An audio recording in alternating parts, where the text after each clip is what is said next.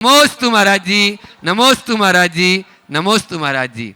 और आज का ये सत्र अपन प्रारंभ करें। सत्र के प्रारंभ में मैं यहाँ के जो कर्णधार लोग हैं, अनुभव जी सराफ, रवि जी मड़वैया, प्रेमचंद जी प्रेमी, रोहित जी, सुगंधी, कैलाश जी सिंह वहाँ पहुँच जाएँ, और पारस जी है, राजेश जी पारसोम, ये भी वहीं पहुँच जाएँ। कैलाश जी, महावीर जी सिंह, सिद्धार्थ लेक सिटी, सभी लोग वहाँ पहुँच जाएँ। नमोस्तु गुरुवर, नमोस्तु गुरुवर।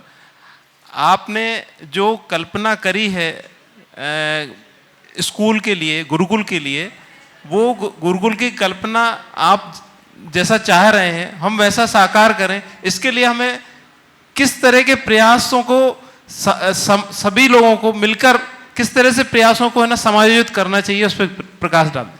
कुछ नहीं करना चाहिए, एक काम करना चाहिए कि जो निर्देश मिला है उसके अलावा और कहीं दिमाग नहीं लगाना। अपना दिमाग लगाओगे तो कुछ नहीं कर पाओगे, और जो निर्देश मिला उसमें दौड़ते जाओगे तो अपनी कल्पना से आगे बढ़ जाओगे। जी महाराज जी। एक लक्ष्य, एक दिशा जी, एक ध्येय जी और एक प्रयास, जी महाराज, यही लक्ष्य है। जी नमोस्तु महाराज। प्रेमचंद जी प्रेमी, हाँ अनुभव जी सराफ, प्रश्न पूछ सकते हैं, आप लोगों के लिए अभी चालू है। ओम। गुरुदेव आपके चरणों में नमोस्तु वंदन। गुरुदेव हम सब मिलकर किसी कार्यक्रम या किसी एक प्रोग्राम को या किसी एक दिशा को हम बिल्कुल आगे तक ले जाना चाहते हैं और साथ में मिलकर काम करते हैं। गुरुदेव मन व्यथित हो जाता है छोटी छोटी सी बातों में, और शायद उस समय ऐसा फील होता है कि हम उसको और अच्छा कैसे करें। आपकी शरण में आते हैं सभी लोग। गुरुजी आप ऐसा आशीर्वाद दीजिए कि हमारी पूरी टीम, अगर मेरी छोटी छोटी सी बातें आती हैं सब लोगों को कहीं ना कहीं किसी को कुछ लगता है तो हम उसको कैसे व्यवस्थित करें गुरुदेव, ये और बताइए, क्योंकि हमें आगे बहुत आगे चलना है। खुद व्यवस्थित हो गए तो सब बातें व्यवस्थित हो। जिनका चित्त थोड़ा अस्थिर होता है वो कभी व्यवस्थित नहीं रहेंगे, वो बाद में प्रतिक्रियाएं देंगे, छोटी छोटी बातों से प्रभावित होंगे तो मामला वहीं अटक जाएगा। हम मुनियों के लिए एक सूत्र दिया है, मार्गाच्चवन निर्जरार्थम परिशोढ़भ्या परिशाह। अपने मार्ग में अच्युत बने रहने के लिए, यानी मार्ग से च्युत न होने के लिए जो भी कष्ट आए उनको सहना चाहिए। तो हम लोग परिशा सहते हैं। ऐसी कई ऐसी वैसी इधर उधर की बातें हों उनको नज़रअंदाज करना चाहिए, और बाकी बातें हैं उनको पचा लेना चाहिए। तो इग्नोर करने की क्षमता और पचाने की शक्ति अपने अंदर विकसित कर लोगे तभी कुछ कर पाओगे। जब हम बड़ा लक्ष्य लेकर चलते हैं तो हमारी दृष्टि में केवल और केवल वो लक्ष्य होना चाहिए, बाकी बातें नहीं। हम लक्ष्योन्मुखी बन करके चलेंगे तभी सही परिणाम दे पाएंगे। नमोस्तु गुरुवर। प्रेमचंद जी प्रेमी, हाँ गुरुदेव, जिसका स्वतः वियोग हो रहा हो उसके संयोग की इच्छा का त्याग कैसे करें? जिसका स्वतः वियोग हो रहा हो उसके संयोग की इच्छा का परित्याग कैसे करें? एक सूत्र हमेशा याद रखो, संयोग वियोग में है, संयोग वियोग में है। बार बार इसे दोहराओ, संयोग वियोग में है। संयोग का वियोग होना है, न संयोग मेरा है न वियोग मेरा है, मैं उपयोग में हूँ।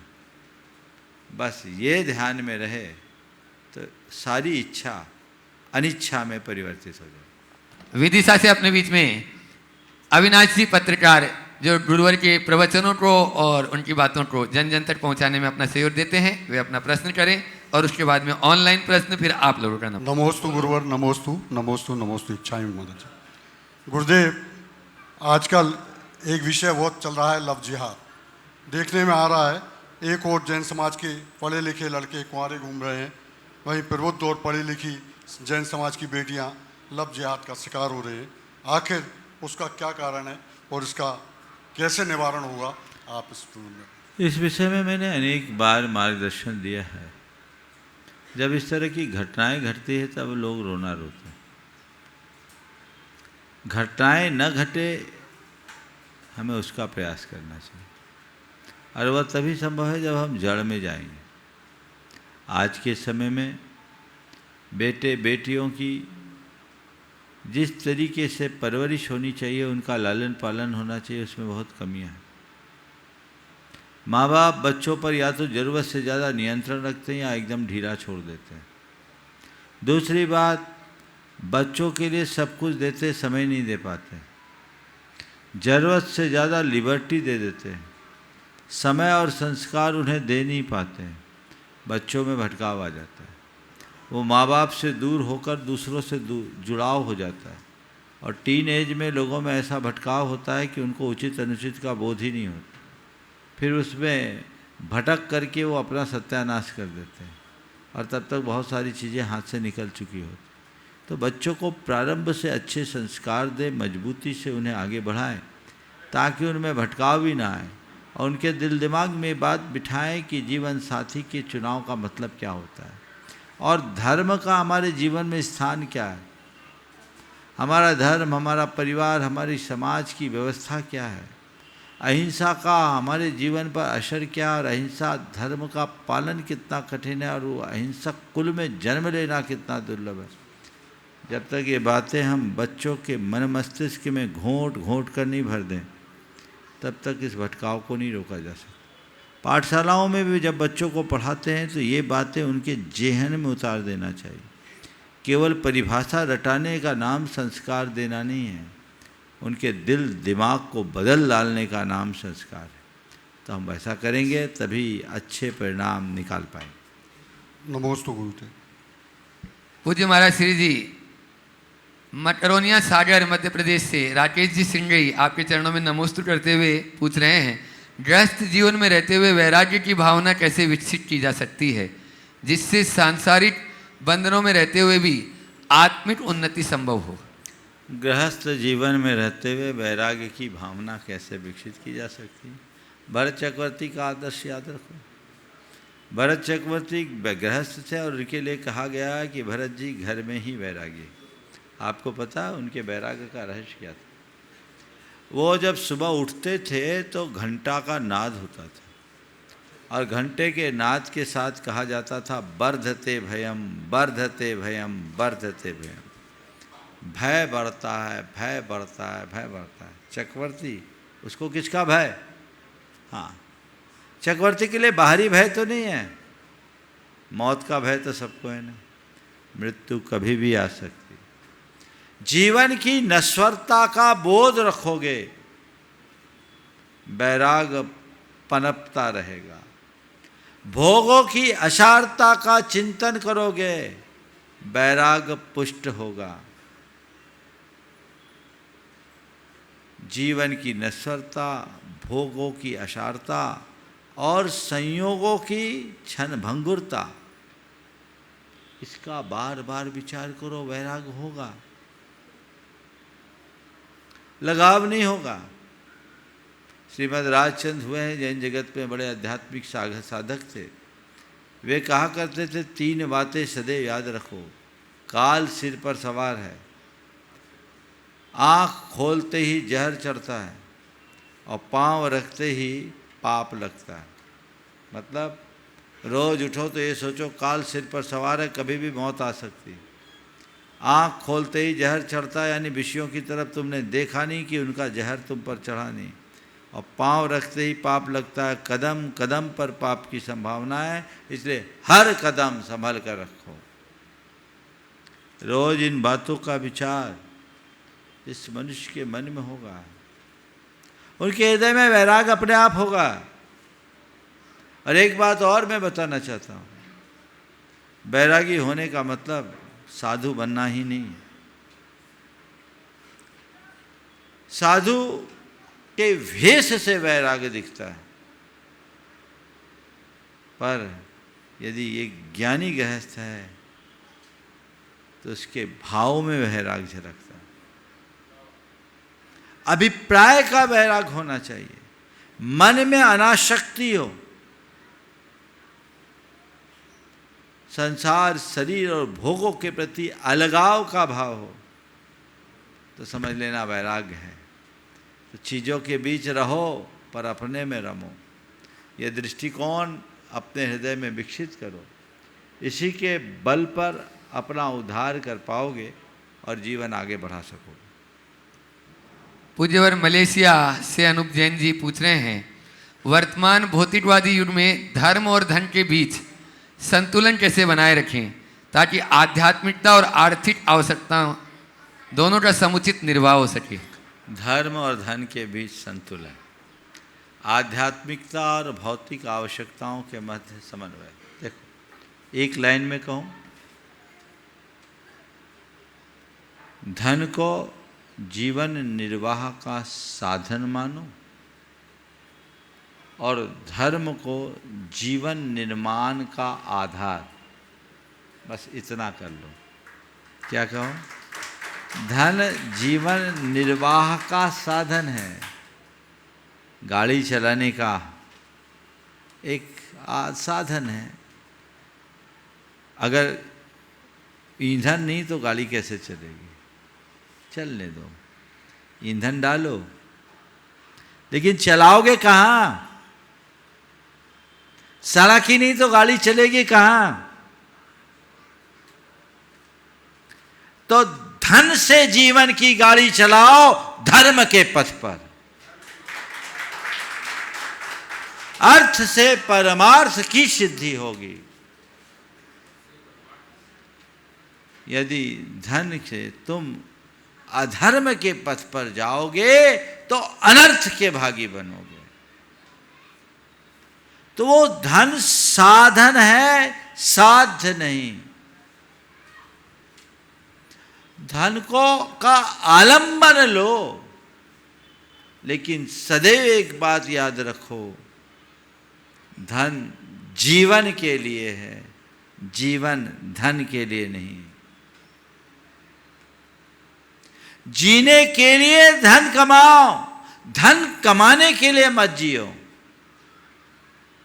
ये दृष्टिकोण अगर अपने अंतर मन में विकसित हो जाए तो जीवन में एक अलग आनंद है। अब महत्व किसको दे? अपनी अपनी जगह उपयोगिता है, लेकिन महत्व तो धर्म को ही है।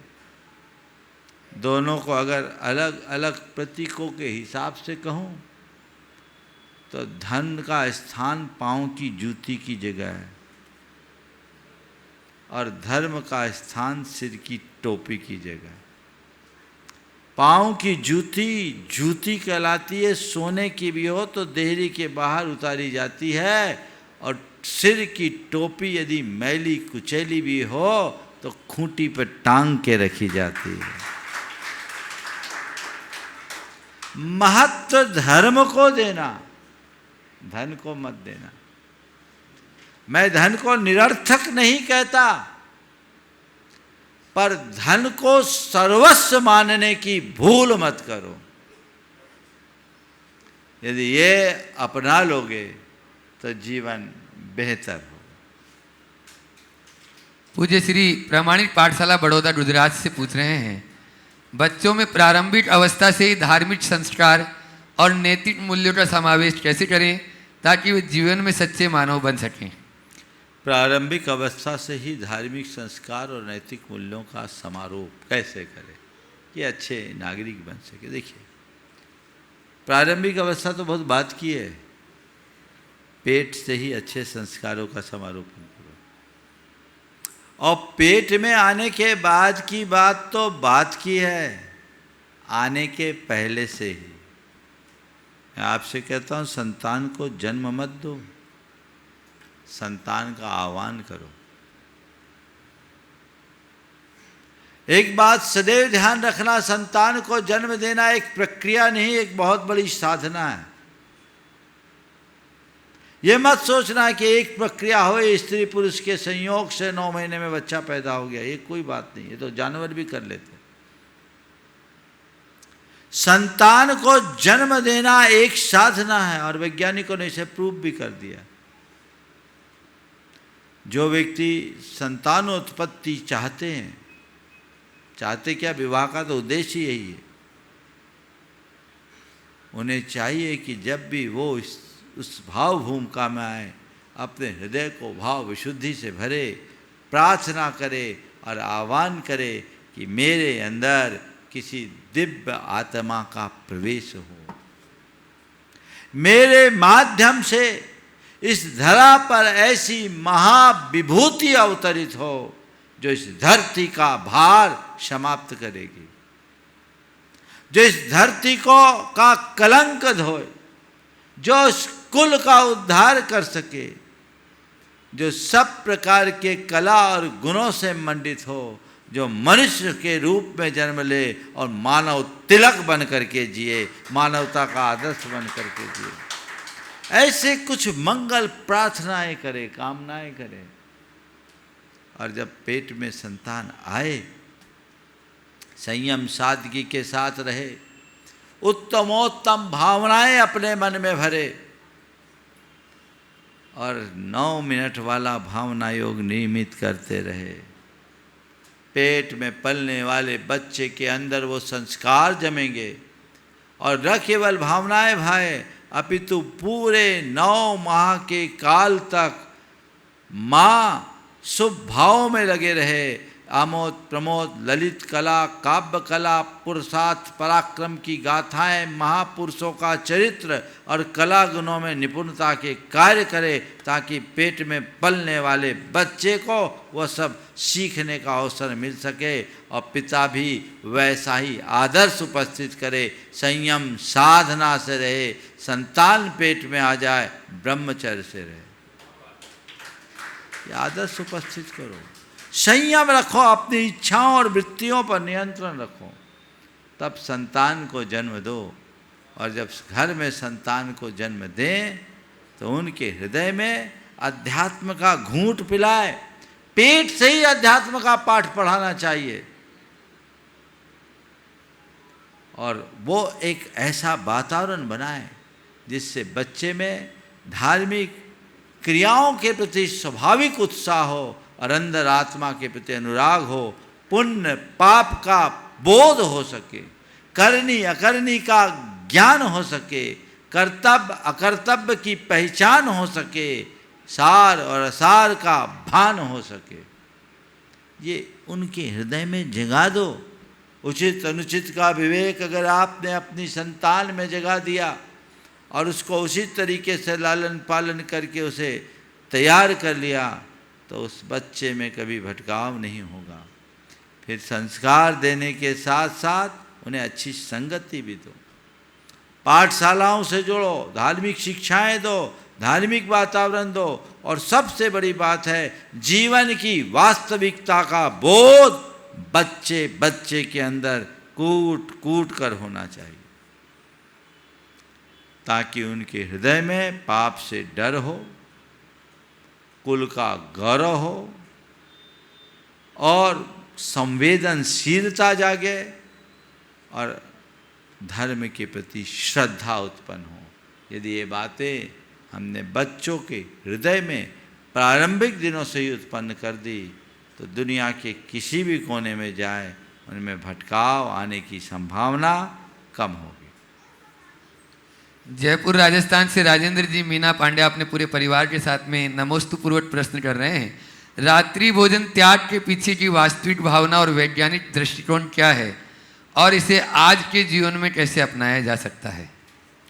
देखिए, रात्रि भोजन त्याग जैन परंपरा का एक विशिष्ट गुण है। हम रात्रि भोजन क्यों नहीं करते, पहले से समझिए। जैन धर्म अहिंसा प्रधान धर्म है। अहिंसा हमारा मूल साध्य है। अहिंसा हम अहिंसा की आराधना करते हैं। जैन धर्म के अनुसार सूर्य के प्रकाश में अल्ट्रावायलेट रेज होती है, उसके कारण सूक्ष्म जीवों की उत्पत्ति नहीं होती, क्योंकि सूर्य के प्रकाश में प्रकाश ही नहीं, उसके साथ प्रासुकता भी होती। उस प्रासुकता के कारण सूक्ष्म जीव उत्पन्न नहीं होते और जो होते हैं वो इधर उधर छिप जाते हैं।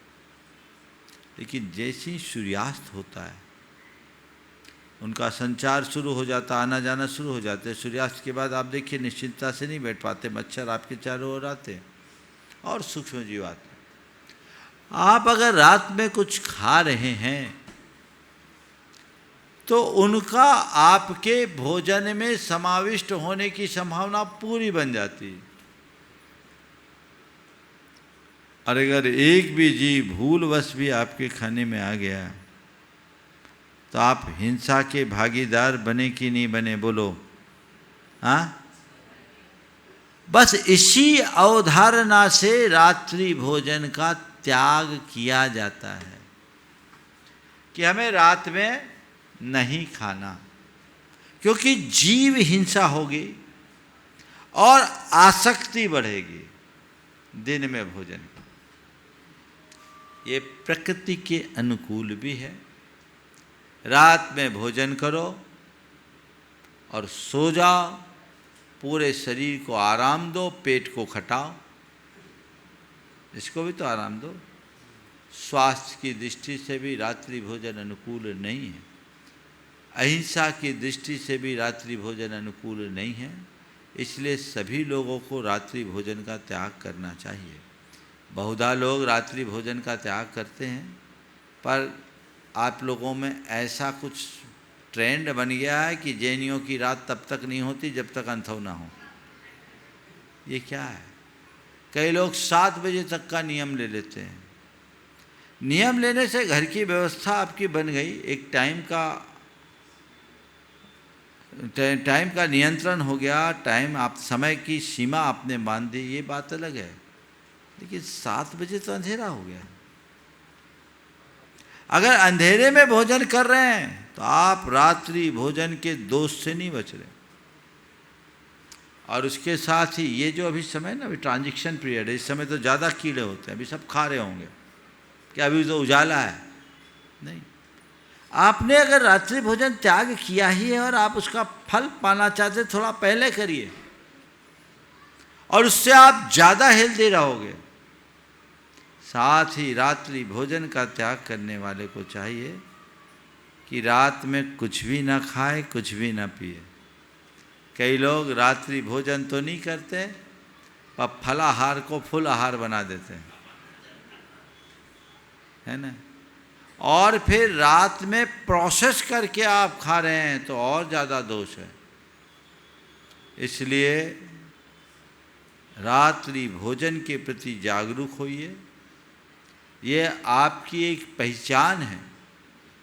चीनी यात्री ह्वेन सांग जब भारत आया, वो वैशाली गया, अपनी यात्रा कथा में उसने लिखा कि मैंने बड़ी संख्या में निर्ग्रंथों को देखा। निर्ग्रंथ जैनियों का ही एक नाम था। उस जमाने में जैन धर्म को निर्ग्रंथ धर्म भी कहते थे। आज जैन धर्म है, इसे शमन धर्म, आर्हत धर्म, निर्ग्रंथ धर्म, ये पुराना नाम था। उन्होंने लिखा, मैंने बड़ी संख्या में निर्ग्रंथों को देखा। समाज में उनकी अतिरिक्त प्रतिष्ठा थी और इनकी सबसे बड़ी विशेषता थी कि सूर्योदय के बाद इनकी दिनचर्या शुरू होती थी और सूर्यास्त के पहले दिनचर्या खत्म हो जाती थी। कौन थे ये? हमारी अपनी पहचान थी। अब बदलाव आना चाहिए।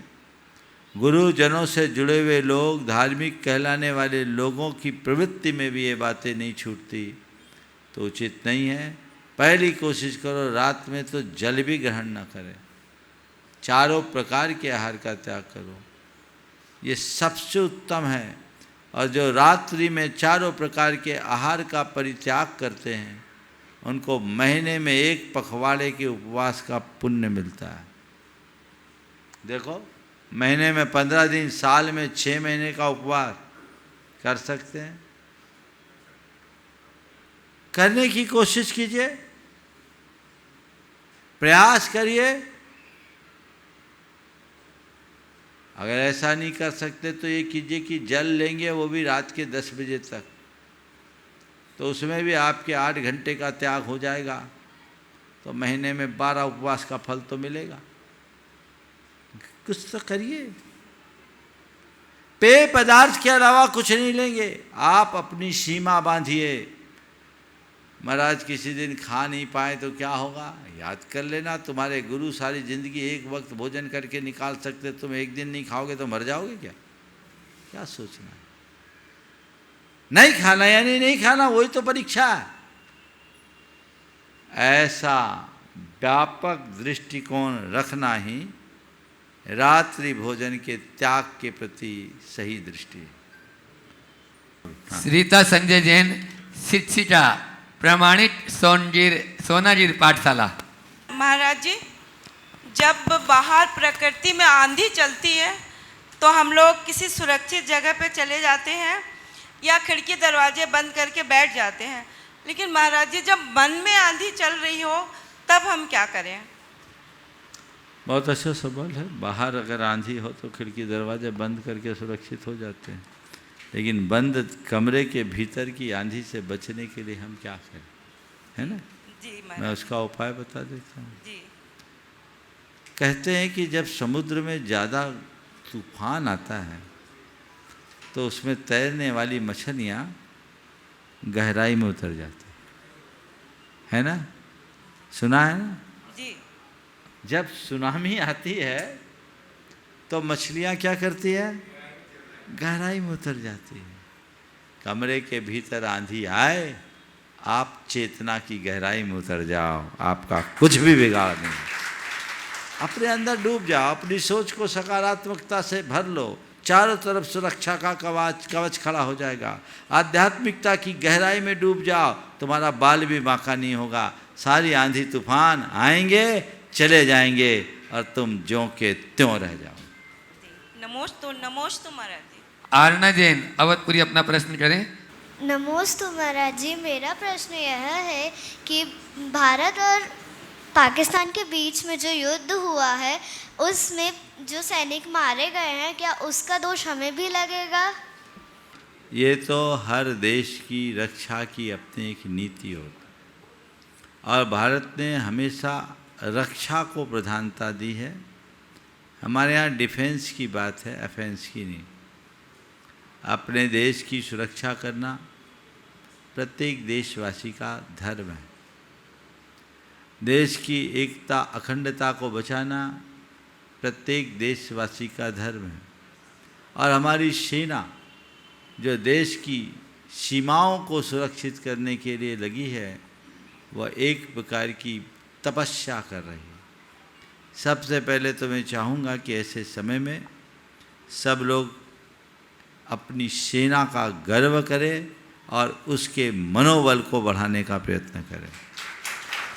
तो यदि इस तरह का कार्य होता है तो उनको सबक सिखाना उनकी जिम्मेदारी होती। इसमें हिंसा हो रही है, पर वो हो रही है की नहीं जा रही है। कोई हिंसा करता है और किसी को करनी पड़ती है, दोनों में अंतर है। रक्षा के लिए की गई हिंसा विरोधी हिंसा की श्रेणी में आती है और ये हिंसा ना होकर उनका धर्म है। हमें वो देख करके चलना चाहिए।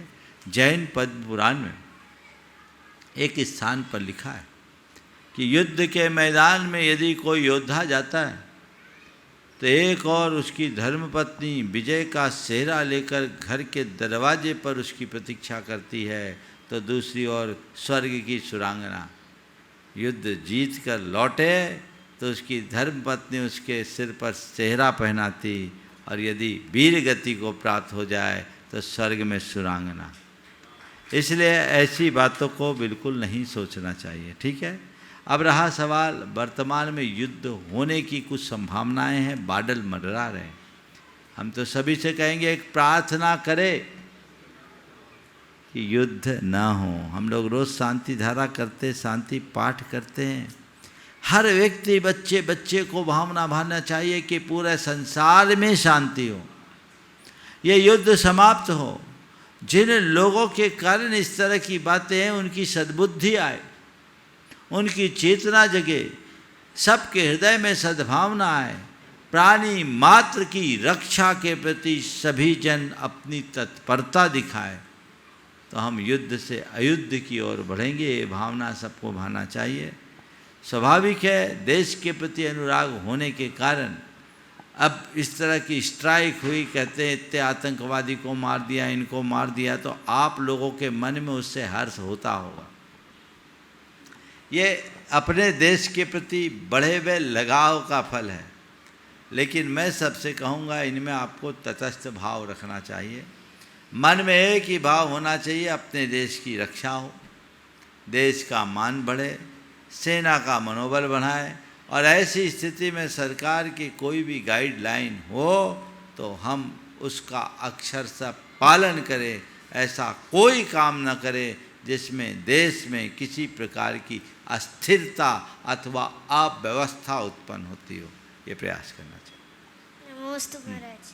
निमिष निमिष जी जैन अवधपुरी वे अपना प्रश्न करें और उसके बाद में रावी जैन तैयार रहें। दोनों मुनिश्री के चरणों में त्रेवा नमस्तु। एक छामी छुल्ला जी के चरणों में एक छामी महाराज जी, कहानी के माध्यम से एक प्रश्न रखना चाहता हूँ। ये कहानी जग प्रचलित है, सिर्फ एक लाइन बोलने की अनुमति चाहता हूँ। एक युवा दंपत्ति पैदल जा रहा था हाँ। और उनके साथ उनका एक घोड़ा भी चल रहा था।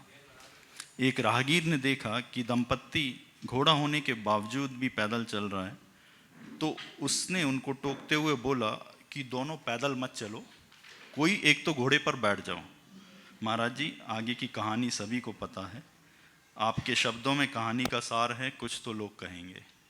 शंका यह है महाराज जी कि हमसे जुड़ी हुई लोगों की किन बातों को हमें नज़रअंदाज करना चाहिए और किन बातों को गंभीरता से लेना चाहिए, क्योंकि प्रायः वे बातें नकारात्मक और दूसरों के सीमित नज़रिए से किए हुए विश्लेषण का परिणाम होती हैं। कृपया कर समाधान दें। आपकी अंतिम लाइन है, हमें किन बातों को ध्यान देना चाहिए और किन बातों को नज़रअंदाज करना चाहिए। सबसे महत्वपूर्ण बात, सबसे पहली बात, अपना जो भी निर्णय है अपनी समझ और अपने अनुभव के आधार पर लेना चाहिए। और जब हमने कोई निर्णय लिया है, मजबूती से निर्णय ले तो अंतिम क्षण तक उस निर्णय में अपनी स्थिरता बना के रखना चाहिए। यदि हम डगमगाते रहेंगे तो हमारे निर्णय कभी अच्छे परिणाम नहीं देंगे। तो हम जो भी निर्णय लें उसमें अपनी स्थिरता रखें। एक बार निर्णय लेने के बाद कुछ नहीं देखना चाहिए। निर्णय लेने से पहले सब कुछ विचार कर लेना चाहिए। जहाँ तक लोगों की बात है तो लोग तो यही कहेंगे, खाली चलोगे तो भी लोग टोकेंगे, पत्नी को बिठाओगे तो भी लोग कहेंगे, दोनों बैठोगे तो भी कहेंगे, और घोड़े को अपने सिर पर बैठा के ले जाओगे तो भी कहेंगे। लोग तो कहते ही रहेंगे, कहने वाले का काम कहना है और हमें केवल अपना काम करना है। ये दृष्टिकोण अपना बना करके चलो तो ये बातें कहीं अपना स्थान नहीं बनाएंगी। महाराज, श्रीमती पुष्पाली जैन पुणे से पूछ रही हैं कि व्रत और तपस्या करते समय आडंबर और दिखावे से कैसे बचा जाए ताकि इनका वास्तविक लाभ आत्मा को प्राप्त हो। व्रत और तपस्या करते समय आडंबर और दिखावा से कैसे बचा जाए। देखिए, बहुत महत्वपूर्ण सवाल है। हमारे यहाँ ये चीज़ें धीरे धीरे बढ़ते गई। लोग व्रत और तपस्या में भी आडंबर बना लेते हैं। आजकल थोड़ा अंतर आया है, लेकिन अभी भी है। दशरक्षण के जो 10 उपवास करते हैं, 16 कारण के उपवास करते हैं, 28 के करते हैं, तो ऐसा हाल हो जाता है कि वो उपवास तो धरा रहता है। उपवास के बाद पारना में अगला 3 दिन पहले से सोचता है किसकी कैटरिंग बुलाना है, क्या भोजन बनाना है, क्या मेनू सेट करना है। कहाँ है भाई, ये क्या है? ये तो लंघन हो गया। व्रत उपवास का तो ध्येय ही बदल जाता है। जीवन में जो कुछ घटित होना चाहिए वो घटित नहीं हो सकता, तो हम अपने आप को लाभान्वित कैसे करेंगे? हमने व्रत क्यों लिया और तपस्या क्यों ली, ये पहले समझें। और उसके पहले व्रत का अर्थ जानें। व्रत का मतलब क्या है? पाप की निवृत्ति का नाम व्रत है, पापों का त्याग। तो जब आप व्रत करें तो आपका व्रत केवल भोजन पानी छोड़ने का नाम नहीं है, पापों से उपरत होने का नाम है। कोशिश करें जब भी आप व्रत में रहें उस दिन निष्पाप वृत्ति से जिए। शास्त्रों के हिसाब से तो उस दिन स्नान तक का निषेध है। आज स्नान बताया। आप लोग अपनी भूमिका अनुसार जितना बन सके निष्पाप तो बने। 24 घंटे पापात्मक प्रवृत्तियों में लगे रहने वाले के जीवन में क्या होगा? तो वह निष्पाप वृत्ति प्रत्येक व्रती के अंदर होनी चाहिए। और जब आप व्रत रखेंगे और उस दृष्टिकोण से रखेंगे तो सारे आडंबर खत्म। फिर कोई चीज़ है, व्रती का अभिनंदन करे, सत्कार करे, अच्छी बात है, क्योंकि अच्छे कर्म का अनुमोदन करना चाहिए, लेकिन उसे इस तरीके के आडंबरों से मत जोड़ दीजिए कि दूसरा आदमी कर ही ना पाए। इसी तरह तपस्या क्या है? इच्छा के निरोध का नाम तपस्या है। बाकी तो शरीर को सुखाना है। काय क्लेश का नाम तप नहीं, तप इच्छा से ऊपर उठने का नाम है। तो इच्छाओं पर नियंत्रण रखने की कला अपने भीतर होनी चाहिए, वो सीखना चाहिए। यदि वैसा हम अपने भीतर जागृत करते हैं तो बहुत बेहतर परिणाम घटित हो सकते हैं और हम अपना काम भी बखूबी कर सकते हैं। सभी को यही करना चाहिए, अन्यथा कई बार बहुत गड़बड़ होता है। मैं एक स्थान पर था, दशलक्षण था, आने को था, पति पत्नी आए और उनने कहा महाराज जी इनको समझाइए। मैंने कहा क्या बात हो गई? बोले मैं दशलक्षण करना चाहती हूँ। ये कहते तू अगर दशलक्षण करेगी तो मैं घर छोड़ के चला जाऊँगा। मैंने क्यों भाई, क्या बात है, इतना मोह क्यों कर रहे हो पत्नी से? बोले महाराज मैं ये नहीं कह रहा हूँ, उपवास करे कोई दिक्कत नहीं है, उपवास तो ये ऐसी महीने में 8-10 तो कर ही लेती है, लेकिन ये दशलक्षण करने की अनुमति नहीं दूँगा। बोले क्यों? बोले महाराज हमारी हैसियत नहीं है, हम 15,000 रुपये महीना कमाते हैं, ये दशलक्षण करेगी, पूरे गांव को खिलाना पड़ेगा, कपड़े लत्ते बांटने पड़ेंगे, बहन बेटियों को बुलाने पड़ेंगे। महाराज गिरी हालत में मैं कितना ही रोकूंगा तो 50,000 तो मेरे लग ही जाएंगे, मेरे बस का नहीं। इसलिए मैं कहता हूँ कि तेरे को दशलक्षण करना है तो मैं घर से चला जाऊँगा। मैंने उसे समझाया, हमने कोई चिंता मत कर, न तेरे को घर से जाने की ज़रूरत पड़ेगी, न इसका दशलक्षण टलेगा, मेरे पास ये व्यवस्था ही नहीं होती, मैं किसी को करने ही नहीं देता।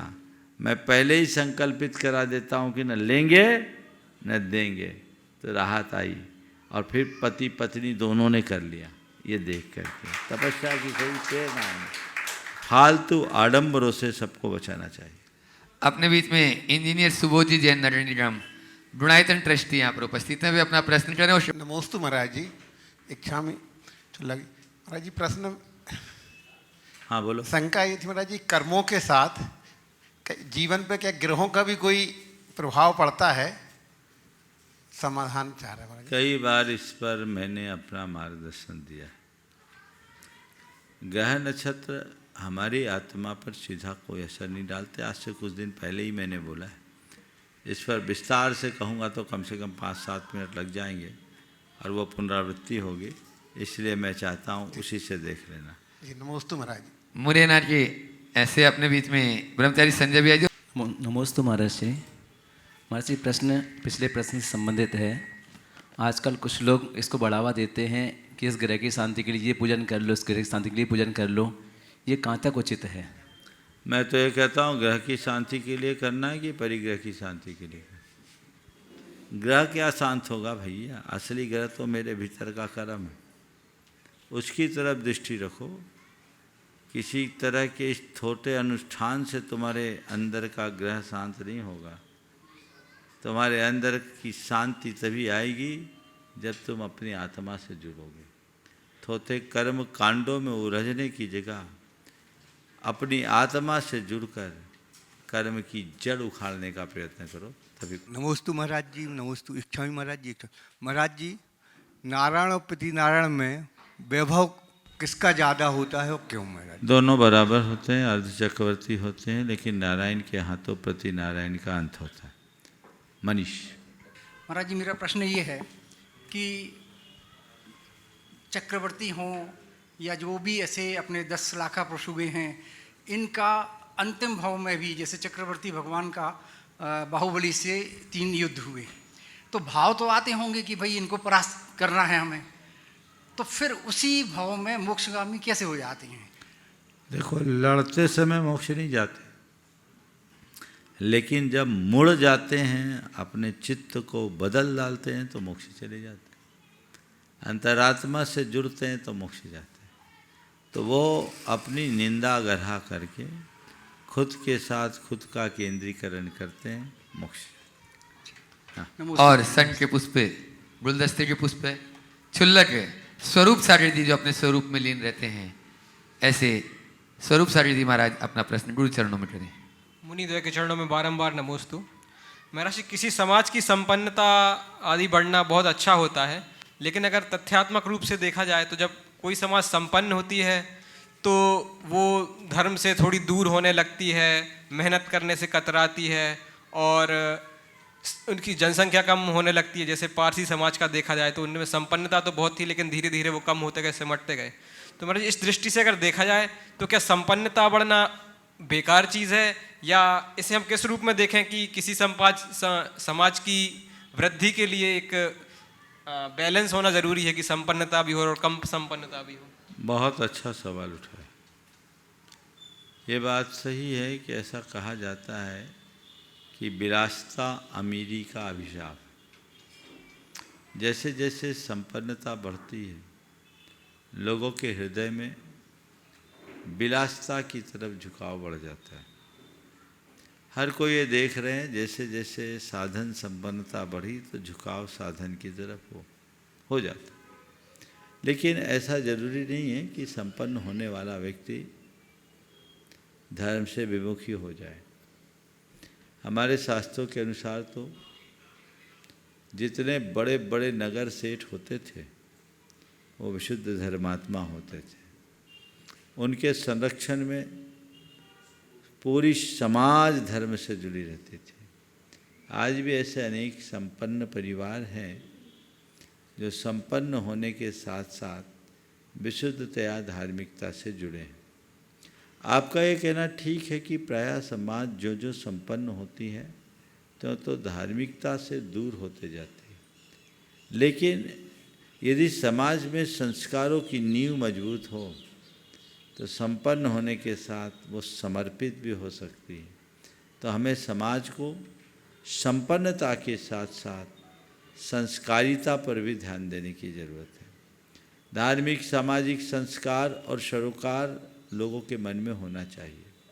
आज जो संपन्न घरानों का धर्म से दूरी देख रहे हैं, हम संपन्न घरानों की धर्म विमुखता देख रहे हैं, उसके पीछे मुझे एक बड़ा कारण दिखता है। वो ये है कि संपन्न घराने के लोग सब कुछ उत्तमोत्तम करना चाहते हैं और उन बच्चों की पढ़ाई लिखाई ऐसे संस्थानों में होती है जहाँ धार्मिक सामाजिक संस्कार और सरोकार सब छूट जाते हैं। वहाँ उन्हें जो वातावरण मिलता है वो पूरे हमारे धर्म से, हमारे समाज से बिल्कुल भिन्न मिलता है। वे एक अलग दुनिया में जीने के आदी और अभ्यासी हो जाते हैं और वहाँ जब उस तरीके से रहते हैं, उसी संस्कार में पलते बढ़ते हैं, ढल कर आते हैं, तो फिर वापस आने के बाद उन्हें बाकी बातों से मतलब नहीं रहता। कदाचित माँ बाप कह दे, थोड़ी बहुत माँ बाप की सुनने के कारण आ भी जाए तो बस आ जाते हैं, अंदर से जुड़ नहीं पाते। और ऐसे लोग जब धर्म से विमुख होते हैं तो पूरा परिवार धर्म से कट जाता है, आने वाली पूरी पीढ़ी धर्म विमुख हो जाती है। तो हमें चाहिए कि हम अपने बच्चों को गुणवत्ता युक्त शिक्षा अपने बीच दें। जहाँ भी उनकी शिक्षा हो वहाँ उनको धार्मिक सामाजिक संस्कार मिले और सरोकारों से जुड़े रहे। कदाचित आप बाहर भी भेजें, क्योंकि एक साथ इतनी संस्थाएं समाज में खोल पाना संभव नहीं है और खुल भी जाए तो उसे चलाना बहुत कठिन है। लेकिन मैं कहता हूँ कदाचित बाहर भी जाए तो एक अच्छा रास्ता है। बच्चों को गुरुओं से संसर्ग में बच्चों को गुरुओं के संसर्ग में लाते रहो, उन्हें गुरुओं से प्रेरणा दिलाते रहो।